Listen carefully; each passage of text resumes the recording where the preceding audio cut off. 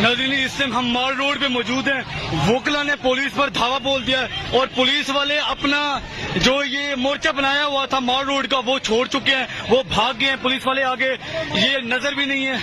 ये देखें, पुलिस वाले इस टाइम भाग चुके हैं। वोकला इस टाइम गुस्से में है और बहुत ज्यादा गुस्से